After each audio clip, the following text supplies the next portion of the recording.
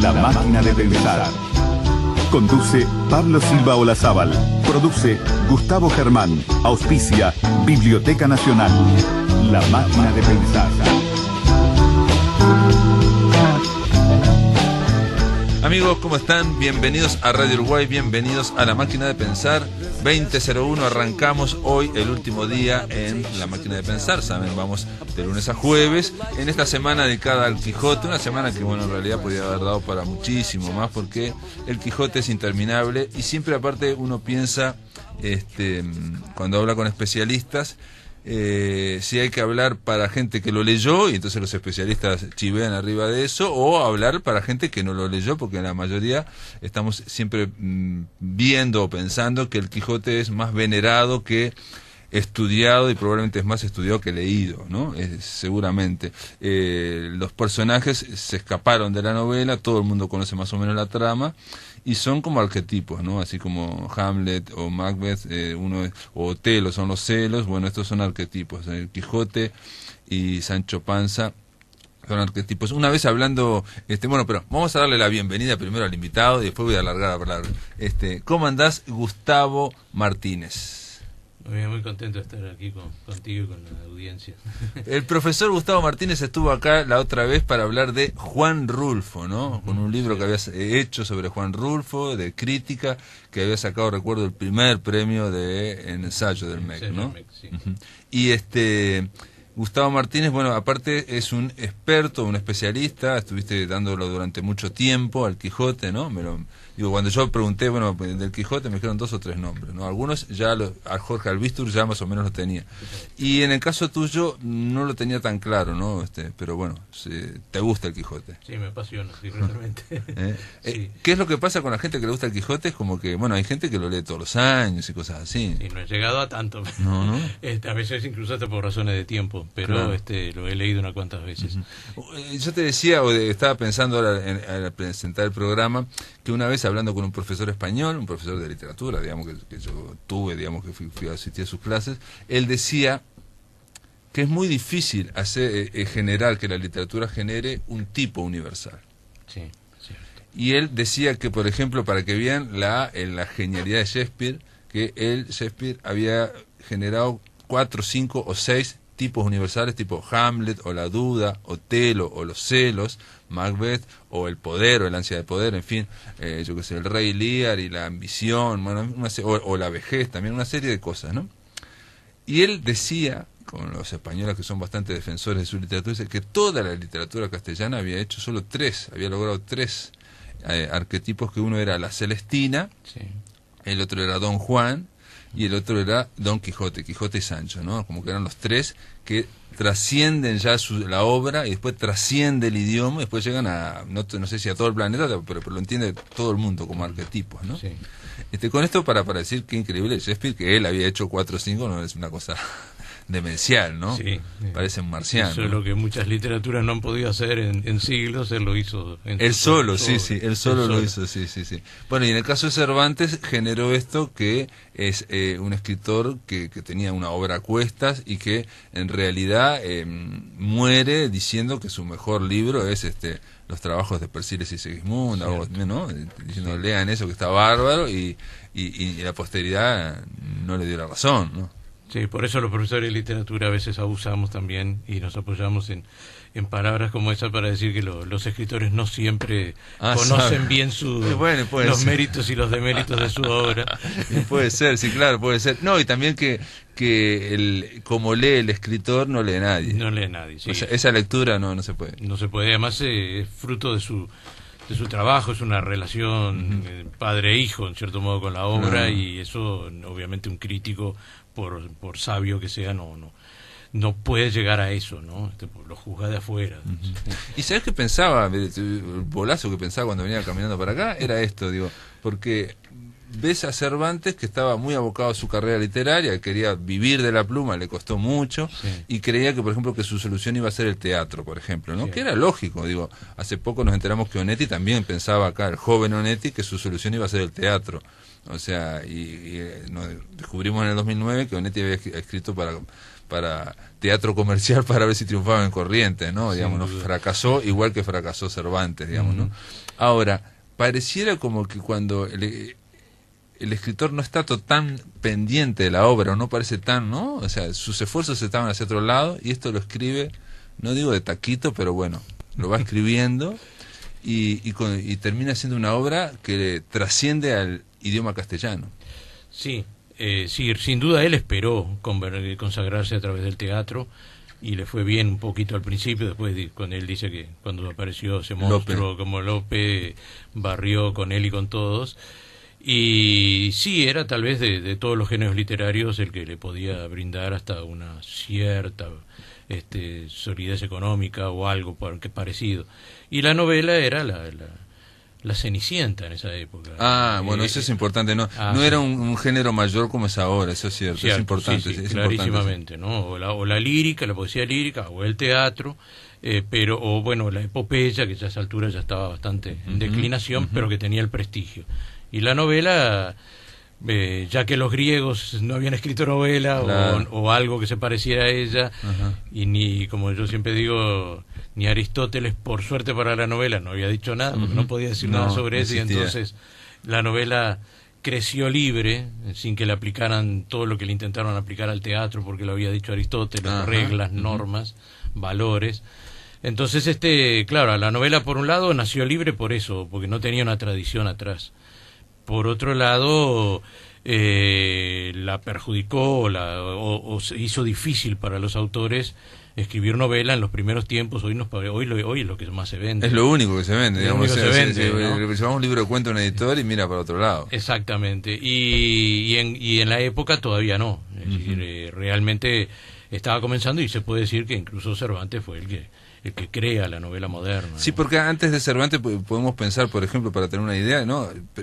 Corregime porque me equivoco, ¿no? El Lazarillo de Tormes, ¿no? El Lazarillo de Tormes es una novela más chica, digamos, en dimensiones más chicas, y la novela venía un poco también, ese género venía de Italia, ¿no? Sin duda, sí, era incluso el término novela que se asocia a lo nuevo, a la novedad, y generalmente en la época además designaba más bien en el cuento, más que lo que hoy nosotros llamamos novela.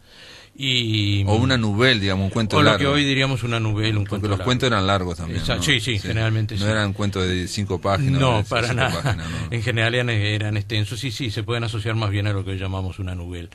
Y en ese sentido la novela, si bien había tenido su momento de éxito de consumo, digamos, para decirlo de manera un poco anacrónica, con la novela de caballería.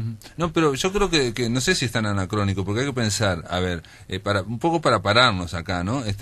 La imprenta se inventa, digamos, en el siglo XV, ¿no? Más o menos siglo XV, y se empieza a popularizar los libros, cierta masividad que antes no existía, ¿no? Para nada. La gente no sabía leer, pero había algunos que sabían leer, entonces esos leían para los demás. Se ve en el Quijote, inclusive. Y entonces empezaron a hacerse libros para vender, digamos, ya no en convento ni no sé qué, sino para vender a la gente, a los laicos, digamos, ¿no? Sí. Y ahí se genera una especie de, empieza el mercado, digamos, un cierto mercado. En ese mercado aparecen las novelas de caballería, que la gente obviamente le encantaba, ¿no? Nosotros ayer pasamos un fragmento de un video de Radio Televisión Española, y decía que las novelas de caballería eran el equivalente a la televisión actual, ¿no? O sea, la gente estaba fascinada y sabía que veía muchas tonterías, pero les gustaba. Entonces ya consumía eso, ¿no? Sí. La reacción de este hombre de Cervantes contra las novelas de caballería, yo te pregunto, ¿no es también una reacción contra, por ejemplo, los bestsellers? Digamos, lo que puede ser un bestseller. Sí. Porque podemos decir ahora un bestseller, ¿no? O sea, que no es muy buena literatura, que es muy liviana. Sí, las novelas de caballería en general habían caído, además, a medida que siempre que se utiliza un esquema y se lo repite, al final, aunque al principio tuviera cierto vigor, se va desgastando. Claro. Y cuando Cervantes escribe Don Quijote, ya el desgaste era grande en las novelas de caballería y en el gusto del público, que de todas maneras seguía pegado a ella porque no había otra cosa. No, pero aparte del público, lo que tiene la cuestión masiva es eso de que es una cuestión como muy elemental de que si le gusta a la gente, lo sigue. haciendo, sí. Es como pasa en la actualidad, digamos. Si uno va a hacer solo lo que le gusta a la gente, ahí se empieza a angostar la creatividad, ¿no? Porque se van repitiendo las mismas Schwarzenegger o lo que fuera, una y otra vez lo mismo, ¿no? Sí, es lo que pasa con y uno las se películas, pregunta, ¿no? Hemos claro, tenido tantos Martes 13 o claro, tantos Rambos. Uno se pregunta, ¿cuántas veces voy a ver esta misma historia? Sí. Una igual manera contada lo mismo, Sí, pero es sí, porque a la sí. gente le gusta. Sí, hay un gusto en lo repetido. Claro, por supuesto, toda la producción de bestsellers o de seriales o de películas también apunta a repetir fingiendo que no repite. Obvio. Simplemente porque el detective en una es rubio y simpático y en la otra es un bebedor empedernido o algo de eso. Exacto. Y lo cual angosta mucho también la creatividad, porque pone pretiles muy chicos donde tenés que decir ser original, pero dentro de estos carriles. No te salga de esos dos carriles. sí, porque si no se vende. Sí, ¿no? Supuestamente no se va a vender. Supuestamente no se vende. Bueno, entonces tenemos que Cervantes ve eso, no puede prosperar con el teatro, tiene problemas de deuda, incluso lo meten preso por deuda, cosa que es muy feo, ¿no? Sí. Y ahí aparentemente empezó a escribir el Quijote. Eso se dice, nunca se ha podido, obviamente no se ha podido probar, salvo que viajemos en el tiempo un día. Claro, porque él dice que como lo escribió en la cárcel, donde toda incomodidad tiene asiento, dice algo así. Dice, ¿no? Digamos, son esas palabras las que han dado pie para pensar que lo escribió en la cárcel, probablemente en la cárcel de Sevilla, donde estaba detenido por algo que en realidad no era problema de él, era problema de los banqueros a los cuales él había depositado el dinero que recaudaba de los impuestos, ¿no? Un recaudador de impuestos. Y sí, parecería, por lo menos el mito es que la escribió, o él empezó a escribir en la cárcel, ¿no? Y la novela se ve, por lo menos, te digo ahora mi lectura, que por favor, ¿no? En realidad estamos para escucharte a vos, pero los primeros 30 capítulos a mí me daba la impresión, o los primeros 35, de que hay como una furia de él contra los que leen novelas de caballería, ¿no? Como que son unos giles y les pasa entonces él va y se ensaña con el Quijote, que uno piensa, ¿cuántas veces le va a quebrar una costilla o le van a caer los dientes? Porque una y otra vez es muy como doloroso, digamos, hay una cuestión muy cruel que después va cambiando. Sí, el narrador es muy duro con el personaje, lo juzga con mucha frecuencia, lo considera loco, lo pone en situaciones extremadamente ridículas por un lado y por otro lado extremadamente dolorosas. Siempre le están pegando, se está cayendo. Sí, exactamente, y nunca parece capaz de vencer, lo cual también era un modo de romper con el bestseller de las novelas de caballería, donde el héroe siempre, aunque tuviera alguna derrota, era transitoria. A los detectives de la tele a veces les dan una paliza en la mitad del programa, pero después quedan perfectos. Quedan perfectos y solucionan todo. Y para la próxima está espectacular. Y no ocurrió nada, ni siquiera pasan 2 o 3 días en el sanatorio. Y con Quijote también ocurre eso, es decir, de alguna manera él ya enfoca lo que hoy llamaríamos un antihéroe, alguien que no vence, sufre constantes derrotas, muchas veces es puesto en ridículo, pero la gran calidad de Cervantes, lo que justamente muestra su seriedad como escritor y su talento, es que pudo salir de eso que tú decías. De esas 35 claro. empieza a cambiar, ¿no? Sí. Ahora, en esas 35 capítulos, digo, que a mí me costaron muchísimo, fueron muy costosos, porque me parecía que no avanzaba, no levantaba mucho la acción, ¿no? O sea, como que pasan muchas cosas, pero no levanta, digamos, la tensión dramática. ¿Hasta cuándo va a seguir pegando? Lo que hay un énfasis es en la materialidad de las cosas, ¿no? Eso sí, me di cuenta, y él como que atacaba a esa cuestión tan etérea de las cabezas. Es como si viéramos ahora una película, no sé, de Steven Seagal, donde él golpea todo esto y nunca le pasa absolutamente nada, o un poquito de sangre, porque no hay una materialidad, que es el detalle donde está el arte, ¿no? O sea, el arte está en el detalle también. Sí, hay una presencia de lo material, hay también una crítica a dos puntas, que eso es lo que enriquece la novela y el impacto que la novela tuvo y la vigencia que tiene, porque por un lado sí es cierto, Don Quijote es ridiculizado, cree en un ideal y cree luchar por un ideal que allá a esa altura resultaba anacrónico, por lo menos en cuanto a las características más salientes. Pero por otro lado, Cervantes también critica a un mundo, el mundo que rodea, una sociedad que rodea a Don Quijote, que parece también incapaz de soñar. Y entonces de allí la ambivalencia. Sí, hay una crítica y por momentos una sátira a los sueños locos, a los idealismos demasiado etéreos, demasiado excesivos, sí, pero también a esa incapacidad de no ver lo espiritual detrás de lo que está la gente, digo, la novela es muy materialista en ese sentido, hay mucho polvo, hay muchas cosas están pasando constantemente, y la gente es muy terrenal en el sentido que está solamente para la plata, para los pesos, digamos, es muy práctica. Sí. Ahora, la idea que tiene Don Quijote, por lo menos a mí me asombró cuando yo lo leía, no me pareció tan idealista en este sentido, o sea, su idea es un ideal. Creo que fue Jean Cocteau que dijo que era un proyecto reaccionario, porque reactivo, era tratar de ponerlo del siglo XIII en el siglo XVII, o sea, es decir, se está modificando toda la sociedad, la gente está solamente para el consumo, para el dinero, no sé qué, hay que rescatar los valores del siglo XIII y sobre todo las castas, ¿no? La jerarquía. Él lo dice una y otra vez, la jerarquía. Yo soy tal y vos sos no sé qué, vos sos el siervo. Y no sé, los primeros 35, 40 capítulos está... Sí, él tiene claro eso, sí, él los tiene claro. Pero por otro lado, también es cierto que no es solo un proyecto reactivo, es decir, hay una parte claramente reactiva que es la de tratar de aplicar, como intenta Don Quijote, al pie de la letra las novelas de caballería. En definitiva eran expresión de un ideal aristocrático que ya estaba caducando en gran medida en la sociedad moderna. Y sí, ya empezaba el capitalismo, era un precapitalismo en el siglo XVII. Sin duda, aunque España era la menos moderna tal vez de los reinos, o el menos moderno de los reinos. No, pero el mismo hecho de que hubiera hidalgos que estaban con una casta y no sé qué, pero que no tuvieran plata, y que tuvieran que aparentar ser hidalgo y tenían que aparentar esa casta que ya no existía, digamos, eso es lo que estaba pasando en el siglo XVII, y es lo que es Alonso Quijano. Sí, sin duda. Sí, lo que pasa es que era una España que ya estaba muy retrasada, incluso si uno la compara con Italia, con las ciudades italianas, con Inglaterra o con Holanda, por ejemplo, que ya eran francamente comerciales, y ya había una mentalidad mucho más dinámica.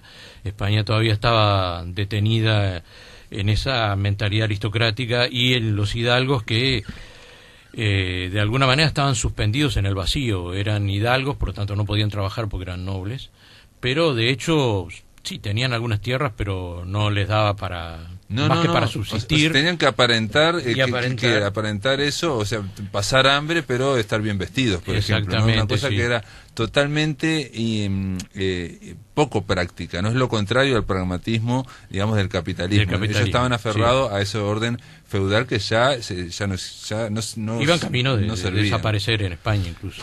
Gustavo, te voy a pedir que vamos a una pausa, amigos. Estamos en La Máquina de Pensar, estamos con Javier Lasval en controles de emisión. Después de la pausa seguimos aquí conversando sobre el Quijote. En el aire de Radio Uruguay, La Máquina de Pensar.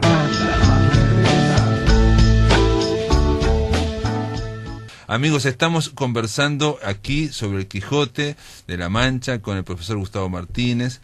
En la previa hablamos de los primeros 30, 35 capítulos que, como dijimos, son muy crueles con respecto al personaje, muy crueles, le pega mucho, y como que no tiene demasiado ascenso dramático, sino que son historias que están ocurriendo, ¿no? Muchas historias, episodios que son como pequeñitas novelas, ¿no? Sí, era el estilo, además, en general las novelas de esa primera etapa, no solo en España, suelen ser episódicas, no siempre tienen una trama que las unifique. Claro.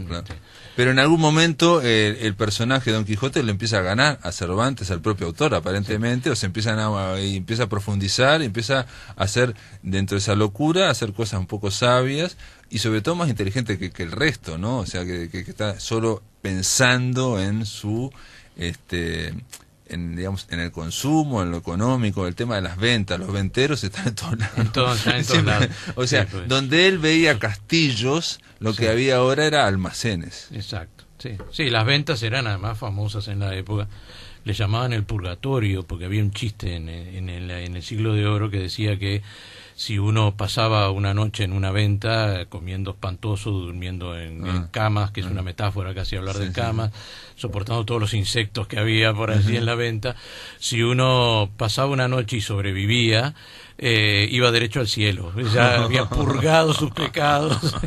Sí. Bueno, tan mala fama tenían, ¿no? Bueno, ahí está el tema digamos, de la ordinariez de lo cotidiano que es constantemente en el Quijote versus el que está hablando del siglo XIII y que cuando, iba a instaurar todo un nuevo orden, ¿no? Sí, lo novedoso es que él podría haberse quedado leyendo novelas de caballería y haberse quedado en cierto modo en el siglo XIII en su mundo ideal, y él lo que intenta hacer es hacer vigente ese ideal que por ser ideal, aunque fuera un ideal anacrónico, resultaba un tanto molesto e inquietante. Los ideales en general resultan inquietantes, claro. Y sobre todo porque ese ideal contenía valores tales como defender a los débiles, desfacer entuertos, como se dice, arreglar todos los problemas, de defender a viudas y a los niños, y eso en sí mismo era algo que que una sociedad dominada por el afán de ganancia no le interesaba. Claro, cualquier diferencia con el siglo XXI, ¿no? Que busque las 7 diferencias, ¿no? Sí. Vos hiciste un artículo que amigos, si van al blog de La Máquina de Pensar, en el jueves, donde dice Gustavo Martínez, está un artículo de él que dice Don Quijote de la Mancha, caballero de la verdad. Y ahí me interesa mucho hablar de este artículo porque una de las cosas que dice Gustavo Martínez es que el Quijote como personaje ya no es de la época feudal, ya es de la modernidad, casi del capitalismo. ¿Por qué? Porque estamos hablando de un personaje, y yo me pongo a pensar, y los ejemplos son cientos, ¿no?, de literarios, que vive una vida rutinaria, vive una vida que está totalmente vacía espiritualmente, que está haciendo siempre lo mismo, con el que dirán, o no, una cuestión como si fuera Kafka, digamos, un personaje de Kafka, o como si fuera un personaje de Onetti antes de La vida breve, diciendo que todo es igual, no sé qué, no sé cuánto, y en algún momento este personaje dice, no, hace un clic, dice, yo voy a hacer otra cosa, porque ya me quedan... vivir 50 años, porque aparte vivió 50 años, no es un héroe jovencito, ¿no? Y decide, sin mucha fuerza, sin mucho tino, sin mucho dinero, decir que, que su vida, él no va a pasar, no va a pasar en vano, porque lo que quiere el Quijote, toda la novela es gloria, ¿no? Más allá de desfacer entuertos, él quiere la gloria, quiere salvarse de la muerte que viene y de una vida sin sentido. Y eso ahí voy a decir que funda la novela moderna, porque casi todos los personajes, si podemos hacer todos los protagonistas, yo qué sé, no sé, podemos seguir enumerando, ¿no? Son personajes que en el mundo moderno están aplastados por como hombre masa y tienen que hacer algo para ¿no? Para dar sentido a su existencia. Sí, yo creo que a Don Quijote lo salva esa decisión de salir al mundo, más allá de todos los efectos ridículos y los golpes y todo lo demás, lo salva de, ya que mencionabas a Casca, lo salva de convertirse en un insecto, en un hidalgo insecto. Claro. Porque sí ha llevado 50 años de vida vacía, eso en los primeros párrafos de la novela se ve, es decir, lo que se enumera son vestimentas, comidas, con quienes vive, pero no tiene afectos fuertes, tiene una sobrina a lo sumo, que es lo único más cercano, y no hay una pareja, tiene no hay una especie de amor, pero es ideal, nunca le habló, ella nunca se dio cata de eso, es decir, nunca se enteró. No se enteró, sí. Y este hombre que ha llevado una vida vacía, que yo diría que ha sido durante 50 años un hidalgo, pero no un ser humano, o no ha vivido como debía, claro. Decide vivir de acuerdo a lo que él cree, y en eso ya hay algo grandioso, ¿no? Quiere romper la inercia. Y la rompe lanzándose al mundo. Y se estrella contra el mundo. Y Cervantes lo quiere hacer estrellar como diciendo, no se puede romper la inercia, exacto. Pero en algún momento lo convence a Cervantes de que se puede. Sí, porque hay algo que a mí siempre me ha gustado leer, que dicen los novelistas, y es ese hecho de que cuando un personaje se les lanza a vivir. Claro, parten sí, a veces sí. con una cierta idea de lo que es el personaje, y el personaje empieza a crecer, y el buen novelista lo deja crecer. Graham Greene decía que él se daba cuenta que si la novela estaba funcionando cuando los personajes empezaban a hacer algo inesperado, cuando los sorprendían. Ahí, si era todo de acuerdo a lo previsto, para él estaba muerta y la tiraba. Sí, yo por eso te decía, para mí, y no solo para mí, el buen novelista es aquel que cuando se da cuenta que el personaje empieza a ir por rumbos que no son los que él previó, lo deja seguir por esos rumbos. El mal novelista lo aplasta y lo sigue según el guión, digamos. Exactamente. Y Don Quijote se le echó a vivir, sin duda, y se lanzó a ese mundo, y después, si salimos de la parte más repetitiva tal vez de las aventuras, de todas maneras hay variantes en las aventuras, y de todas maneras hay algo que es muy interesante, y es que Cervantes siempre mantiene una cierta ambivalencia, porque tú hablabas hoy del ridículo y del dolor. Entonces no permite ni que el héroe sea solo ridículo, es un héroe sufriente, nosotros sufrimos por el héroe, tal vez más de lo que él sufre por sí mismo. Sí, porque está medio loco también. Sí, él tiene un ego muy fuerte. Sí, no, él aparte lo arregla, y ese es el chiste también, el humor, digamos. Él arregla todos los enchastres que le ocurren a él, dando una explicación que lo pone bien, ¿no? Los encantadores, que nos encantó. Enemigos poderosos, magos, encantadores, que transforman la verdad, la convierten en lo real. Claro, y ustedes, como son muy simples, no lo ven. Digamos, si fueran como yo, que yo soy él siempre se pone arriba, digamos. Sí, él tiene una gran autoestima. El tema de la casta lo pone siempre. Sí.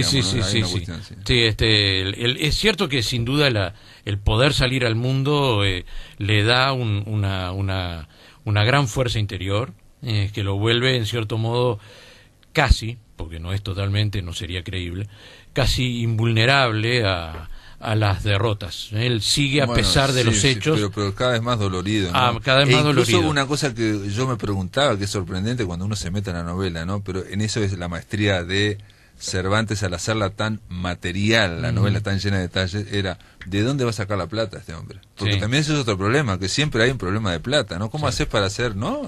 Sí, ¿cómo enfrentar los aspectos reales? ¿Cómo se va a relacionar con los aspectos más concretos, más materiales, más económicos? Él que se mueve en un mundo de puro ideal. Pero en general los líos siempre se arreglan con plata al final, ¿no? Siempre, muchas veces. Sí, por lo menos el primer ventero le da el consejo de que todo caballero andante, aunque los libros de caballería no lo digan porque lo consideran obvio, el ventero, debe llevar su muda de ropa y sus dineros. Claro.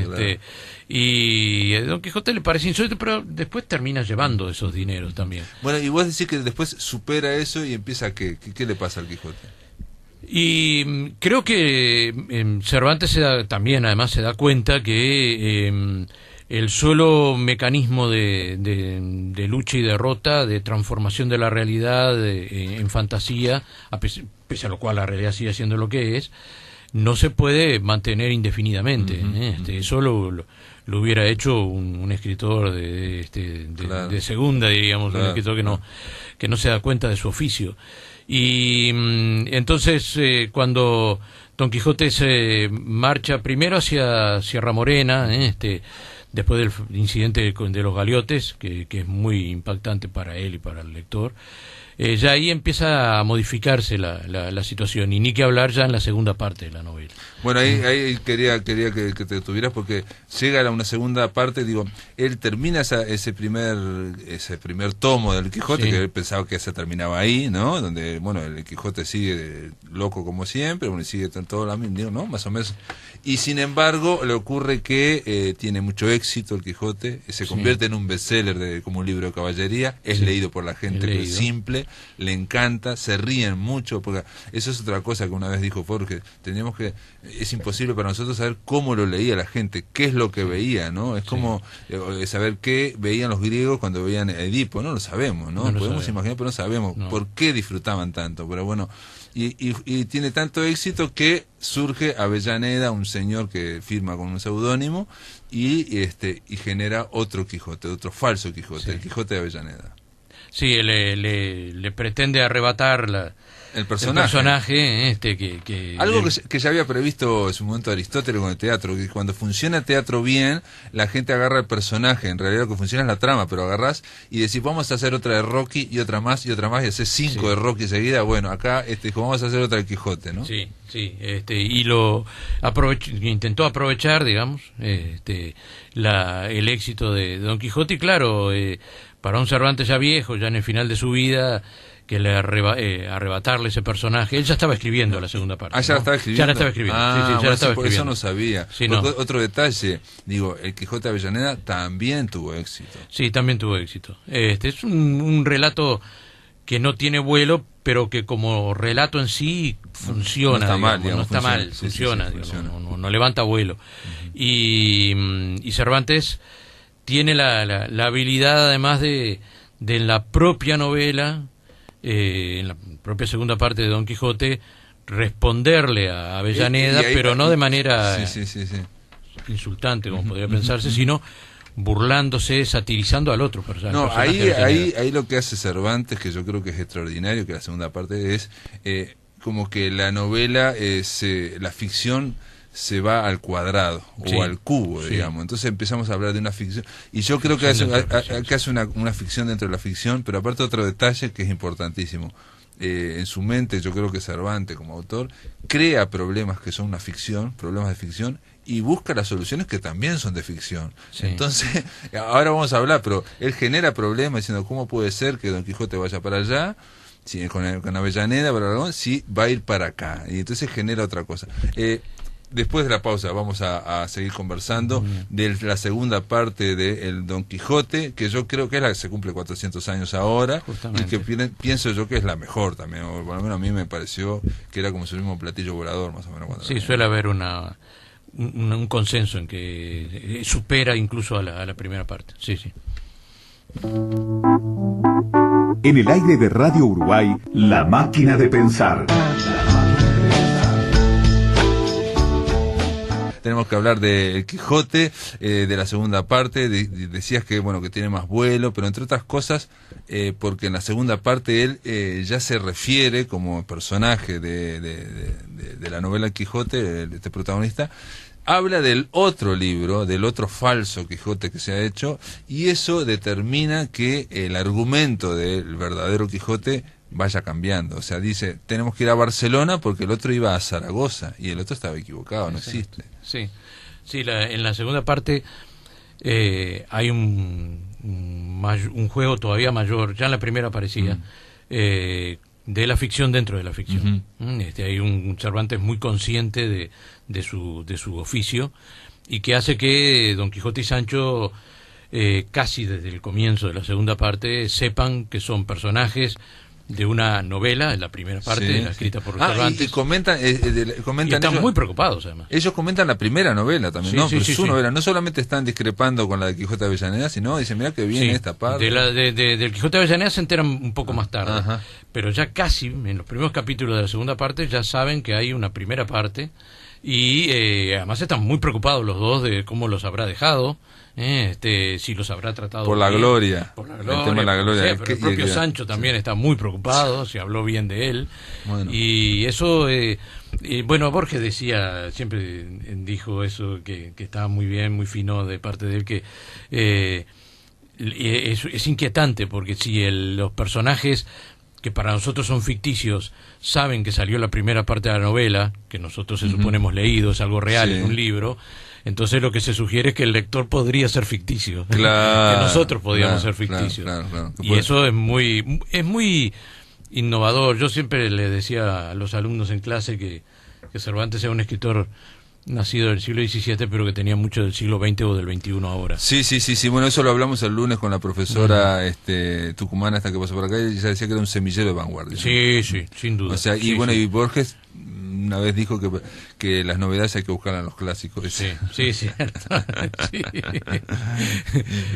Pero volviendo a lo que decíamos hoy, es cierto que en la segunda parte hay una clara conciencia de que los personajes no solo son personajes, sino que se saben personajes de otras novelas, la de y perdóname, a ver si porque aparte un detalle de que incluso pasa gente que fue lectora. Que fue lectora, sí. Gente, o sea, se encuentran con lectores. Se encuentran con lectores, todo la larga estadía de Don Quijote en el Palacio de los Duques, que en el cual es objeto de distintas burlas por los duques.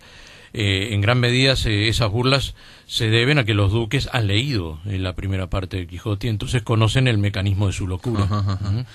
Una cosa que decías vos en tu artículo es que como este hombre, como este personaje es moderno y tiene que hacerse su camino, no hay un camino hecho, ¿no? Y de hecho lo va inventando, cada uno hace su historia, a diferencia de en la Edad Media, de Dante, donde lo importante era transitar el camino que ya estaba hecho, ¿no? Sí. Acá hay que hacérselo. Don Quijote va sobre la marcha autoinventándose. Sí, claramente. Él es producto de su propia invención. De hecho, él en buen día decide ser y se pone nombre y sale. Es decir, él se cree a sí mismo, que de alguna manera eso es casi como un emblema de lo que de aquello a lo que se enfrenta el individuo moderno. El individuo moderno, frente a una sociedad en la que es un engranaje y nada más, se tiene que crear a sí mismo. Tiene que crear una identidad. O ser un insecto, digamos. Claro, exacto. O un eterno hidalgo. Exacto. No, o una masa, el hombre masa, que va para un lado y para el otro, las redes sociales, para lo que fuere, pero un cierto narcisismo, pero en el fondo no haces nada que no esté previsto por el sistema, digamos, o por, digamos, la sociedad, ¿no? En ese sentido, Don Quijote se salió del sistema. Y hay un detalle también, se salió de todos los sistemas. De todos los sistemas. Pero aparte de un detalle que Cervantes presenta, eso no lo dijimos en el Quijote, que creo es importante, que él lo que está haciendo es traduciendo un texto, una novela de Cide Hamete Benengeli, ¿no? Sí. Que es un árabe. Sí, que es un autor árabe, un supuesto autor árabe, y allí se juega mucho con las distintas perspectivas, porque teóricamente hay un primer narrador que cuenta los primeros capítulos, después se encuentra ese primer narrador, se queda sin historia, eso parece siglo XX, parece ese personaje en busca de un autor o algo por el estilo. Acá es un autor en busca de su obra.